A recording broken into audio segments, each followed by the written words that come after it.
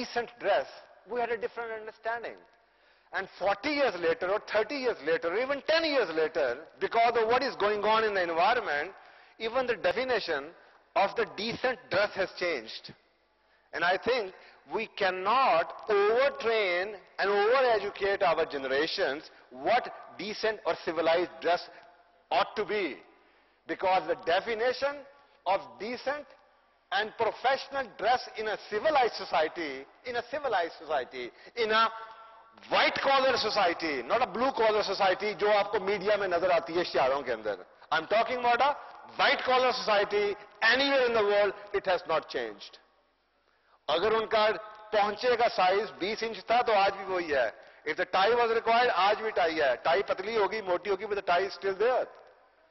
So, what we need to do is, if we are having difficulties in trying to make our point clear to the new generation, okay, this dress seems to you right, but just educate them, show them all the good movies, take them abroad and show them the society, civilized society and the white-collar society, how they dress and how they talk about, just to give them a perspective that it is not about what you are doing is right. It is, and if you have chosen a dress, it may not be of your own choice. Maybe it is an adopted belief which you have picked up from the society because everybody else is dressing the same way.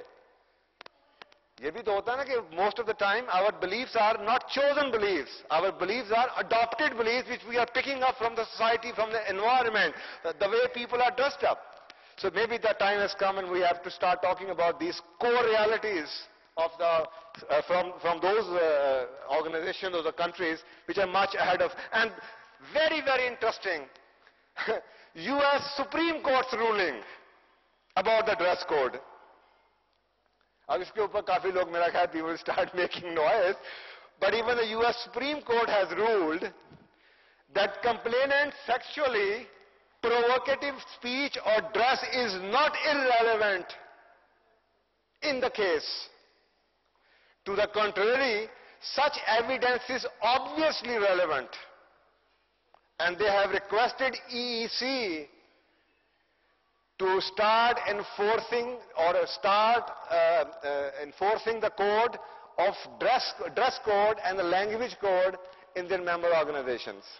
Even the Supreme Court has ruled कि नहीं जनाब, और इसके ऊपर बहुत मजे का case था, but I think मेरे हिसाब से that इतना लंबा वो केस है, उसमें क्लियर कट 4.5 साल एक केस चला है जिसके ऊपर ये प्रूव हो गया था कि द ड्रेस जो था वो खुद प्रोवोकेटिव था, जिसकी वजह से वो सेक्सुअल हैरेसमेंट का केस हुआ, और वो केस स्टेट गवर्नमेंट से होता सुप्रीम कोर्ट में जाके रूलिंग हुई है कि यस, वो ड्रेस जॉन सा है उस कंपनी को ये फाइन किया गया और वार्निंग दी गई है कि तुम अपने एम्प्लॉइज का ड्रेस कोड जॉन सा है वो चेंज करवाओ, and you have to give them a guideline. So I think that was another thing. So basically, in a nutshell, we need to understand that the availability of the legal and regulatory framework is good enough as a starting point. And if those organizations which don't have that regulation or the policies and the procedures or the HR department to take care of these issues, that is excellent. As a first step, they need to have that. However, neither having strong anti-harassment policies will solve the problem, nor having any type of regulation. जैसे ये 20 साल के बाद हम ऐसे ही बैठे होंगे जैसे आज हम ट्रैफिक में बैठ के बात करते हैं. जब ट्रैफिक पुलिस के लोग कम थे तो हमने कहा ट्रैफिक पुलिस के लोगों को भर्ती कर लो, फिर हमने कहा इनको वायरलेस दे दो, फिर हमने कहा इनको मोटरसाइकिलें दे दो, सब कुछ दे दिया है, और आज फिर हम बैठे ही बात कर रहे हैं कि traffic police is not doing it's job. So होगा यही, no matter how hard you try, no matter what type of policies you bring in, and no matter how strong HR department you establish, you will keep on blaming each other if you did not really get down to the issue. And the issue is not that it is good, but it is not everything. What is required? Side by side, we will have to take some proactive and preventive measures. Grievance procedure है, आप file कर सकते हैं, लेकिन हम इतनी रिएक्टिव, फिर I am quoting doctor Steven Covey here, successful 7 habits of successful people, you have to be proactive. Successful people are proactive, so successful societies are proactive. They see things which others will not see. That is why they hold on to the lead, they establish or they develop their lead in any walk of life. और हमारे कुरान हमें ये कहता है, why don't you learn from the experiences of those nations which are ahead of you in any walk of life? That wherever you are heading towards, there are nations who are already on the same path, but they are ahead of you. So you can learn from their experiences. If they are hitting a dead end, you will also hit the same dead end.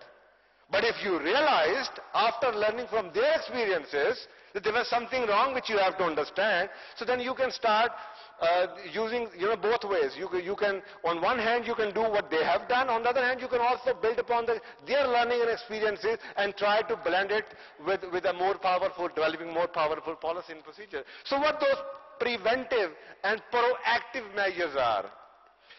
And now you have to understand this in context with the last three researches which I have shared from the Asian Center of Women Studies, number 1, number 2, China's Workplace Survey, and the number 3, ruling of the Supreme Court of the United States. So what are those proactive measures? Number 1,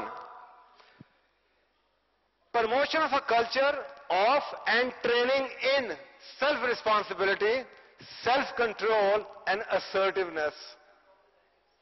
What is self-control? Self-control की training क्या होती है? Maybe this is the first time कि इसकी training की ज़रूरत भी होती है. What is self-control? How you control yourself? How you control your temptations? So you have to have some higher agenda, higher goals to be able to motivate people to take charge or to start controlling their behaviors. The same way, assertiveness is something when you stand up for your rights in a way that is not violating the rights of others, but you also give room to the other people so they can also practice कि अच्छा आज मैं ये comment दूंगा, अगर इस comment पे इसने हंस लिया या कुछ ना कहा या शिकायत ना की, कल मैं आगे हफ्ते बाद कुछ और कहूंगा. This is a criminal psychology, and I see few people coming from that background who specialize in criminal or white collar crimes, so they would agree with me that that's how the criminals approach. So usko train karna, this is the first thing. Number 2, training and coaching in professionalism, morality, spirituality, and faith-based values. Luckily, we live in a society, although we are talking about a globalized environment, we are talking about the global corporation, but fortunately, we live in a society which is 90% faith-based, 90% Musliman hai yahan pe. So there is no issue. Even if you became a real Muslim, there is no issue. The issue starts when you don't know what Islam says. And you start bringing your personal biases about Islam, and then you start using it against others. So even if you are a true society, let's say Islamic society, you would know exactly, and there is absolutely no harm in talking about what the majority religion of this crowd is. Lekin Islam ko hum pata nahi, we consider it as a taboo. We don't feel comfortable. We think it is a religion. We think it has absolutely no place for the corporate life. And I think that is one of the problems, one of the main problems, that we don't really get down to the issue, because if you really want to get down to the issue, then you will absolutely not come out unless you see uske jo religious ya divine guidelines hai wo kya hai. Number 3, and you know why I'm saying that, enforcement of professional dress as well as language codes. In the HR policy, what exactly, and I'm not saying कि dress code आप सबको बुर्का बना दें. I'm not saying that. I'm simply saying whatever environment you work in, sit down as a team, and the responsibility again goes to the HR. Sit down as a team and see what professional attire is in this environment. For example, somebody is working in a construction industry, or somebody is working in a plant, as compared with those people who are working in the offices. So the professional definition of the professional dress code for somebody who is working outside, and professional attire or the dress code or reasonable dress code, the definition